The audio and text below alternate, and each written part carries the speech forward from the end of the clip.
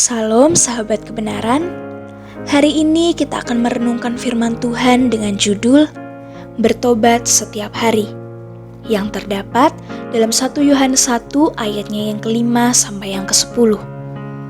Saya akan bacakan ayatnya yang ke-9. Jika kita mengaku dosa kita, maka Ia adalah setia dan adil, sehingga Ia akan mengampuni segala dosa kita dan menyucikan kita dari segala kejahatan.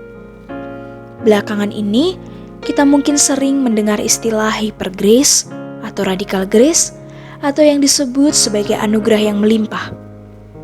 Istilah ini adalah istilah yang diberikan oleh orang Kristen sendiri kepada mereka yang mengajarkan bahwa anugerah Allah tidak terbatas adanya atau melimpah. Penganut hypergrace mengajarkan bahwa kasih karunia bagi penebusan dosa bersifat semua dan selamanya. Yang berarti setiap orang yang percaya kepada Tuhan Yesus, maka semua dosanya sudah diampuni. Baik dosa keturunan, dosa yang diperbuat di masa lalu, dosa yang diperbuatnya saat ini, dan dosa yang belum diperbuatnya di masa akan datang, sekalipun kita tidak mengakui dosa kita. Memang benar bahwa anugerah Allah melimpah adanya. Tetapi, hal yang dilupakan oleh ajaran hypergrace adalah bahwa setiap manusia harus mengakui dosa dan meminta ampun kepada Allah sehingga Allah mengampuni dosanya. Ayat yang ke-9. Alkitab mengatakan bahwa Tuhan mengampuni dosa kita jika kita mengakui dosa kita di hadapan-Nya. Ketika kita mengakui dosa kita, maka Tuhan akan mengampuni dan menyucikan hidup kita.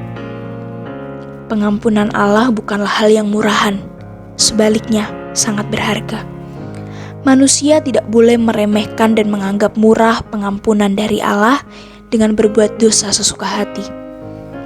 Tuhan tidak dapat mengampuni dosa orang yang tidak mengakui dosanya, sekalipun Ia mau mengampuni.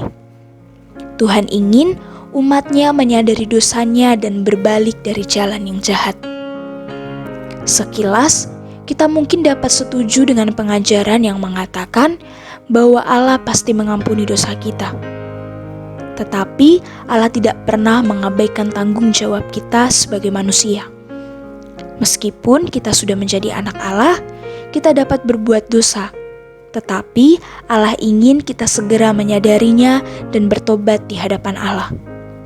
Setiap manusia perlu mengalami pertobatan setiap hari.